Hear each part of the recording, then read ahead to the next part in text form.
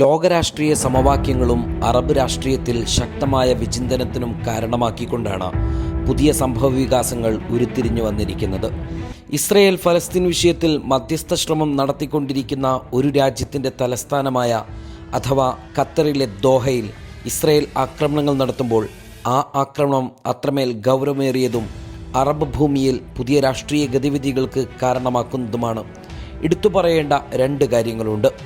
ഗാസയിൽ വെടിനിർത്തൽ സാധ്യമാക്കാൻ ഖത്തറിന്റെ മധ്യസ്ഥതയിൽ അമേരിക്കയുമായി ചേർന്ന് ഹമാസിനെ കൊണ്ട് വെടിനിർത്തൽ കരാർ അംഗീകരിപ്പിക്കാൻ ശ്രമങ്ങൾ നടന്നുവരുന്നതിനിടെ കേട്ടിടത്തോളം ഹമാസ് അമേരിക്കൻ ഉപാധി അംഗീകരിക്കാൻ തയ്യാറായി എന്ന വാർത്തകൾ കേൾക്കാനിരിക്കെയായിരുന്നു ഇസ്രയേലിന്റെ ഈ ആക്രമണം. ഇതോടെ ഇസ്രയേൽ ഉദ്ദേശിച്ചത് എന്താണോ അവ പൂർണ്ണമായും നടന്നു. ഖത്തർ പ്രഖ്യാപിച്ചു കഴിഞ്ഞു, നിലവിൽ നടത്തിക്കൊണ്ടിരിക്കുന്ന ഇടപെടലുകളെല്ലാം നിർത്തിവെച്ചു എന്ന്. രണ്ടാമത്തേത്, ഇസ്രയേൽ ആക്രമണം നടത്തിയ ദിവസം ജെറുസലേം സുപ്രീം കോടതിയിൽ നെതന്യാഹുവിനെ സ്ഥാനഭ്രഷ്ടനാക്കാൻ കാരണമായേക്കാവുന്ന അഴിമതിയുമായി ബന്ധപ്പെട്ട കേസ് വീണ്ടും കോടതി പരിഗണിച്ചതാണ്. യുദ്ധ സാഹചര്യം കണക്കാക്കി കേസ് നീട്ടിവെക്കണമെന്നാണ് നെതന്യാഹുവിൻ്റെ അഭിഭാഷകൻ അവകാശപ്പെട്ടത്. യെസ്, നെതന്യാഹുവിൻ്റെ രണ്ടാമത്തെ താൽപ്പര്യവും ഈ ആക്രമണത്തോടെ സംഭവിച്ചിരിക്കുന്നു. ഇസ്രയേൽ എന്നതൊരു തെമ്മാടി രാഷ്ട്രമാണെന്ന് വീണ്ടും തെളിയിച്ചുകൊണ്ടിരിക്കുകയാണ്. മുൻപ് ഇതേ ഖത്തറിൻ്റെ നേതൃത്വത്തിൽ ഇസ്രയേലും ഹമാസും വെടിനിർത്തൽ ചർച്ചകൾ നടത്തിക്കൊണ്ടിരിക്കുമ്പോൾ മേശയുടെ ഒരു ഭാഗത്ത് ഹമാസിനെ പ്രതിനിധീകരിച്ച ഒരാളുണ്ടായിരുന്നു. പേര് ഇസ്മായിൽ ഹനിയ. ഒരു മധ്യസ്ഥ ചർച്ച നടന്നുകൊണ്ടിരിക്കെ ഒരു ഭാഗത്തെ പ്രതിനിധീകരിക്കുന്ന സ്പോക്ക് പേഴ്സണെ പോലും കൊന്നുകളയുന്ന ക്രൂരതയുടെയും വഞ്ചനയുടെയും മര്യാദക്കേടിൻ്റെയും കൂടി പേരാണ് ഇസ്രയേൽ. ഇപ്പോൾ ഇതേ ഖത്തറിനെയും ഇസ്രയേൽ ആക്രമിച്ചിരിക്കുന്നു. ഇസ്രയേൽ പ്രതിരോധ മന്ത്രിയുടെ ഒരു പ്രസ്താവന വരുന്നു. ആഡംബര ഹോട്ടലുകളിൽ കഴിയുന്ന ഹമാസ് നേതാക്കൾക്കുള്ള സമയമായി എന്ന്. ഈ സൂചന വന്ന ഉടനെയാണ് ഖത്തറിനെ ഇസ്രയേൽ ആക്രമിക്കുന്നത്.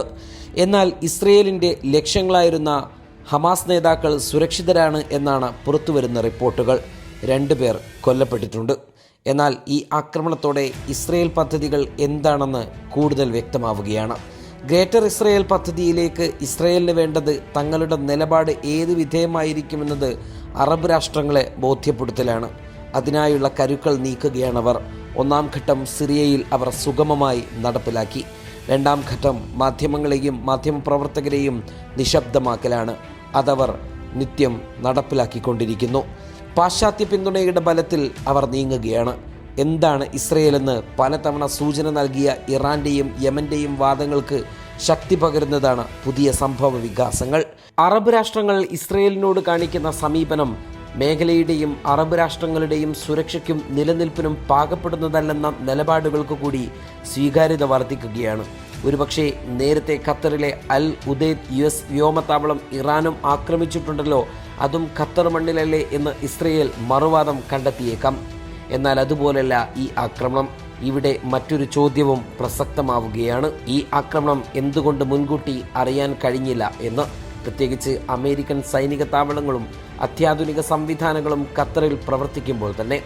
അറബ് രാഷ്ട്രങ്ങൾക്ക് സുരക്ഷ, തങ്ങൾക്ക് എണ്ണ എന്നതാണ് പാശ്ചാത്യ കരാർ. ഇവിടെ എവിടെയാണ് സുരക്ഷ സംഭവിച്ചത്? ലോകത്ത് സമാധാനത്തോടെ ജീവിക്കുന്ന നാടാണ് ഖത്തർ.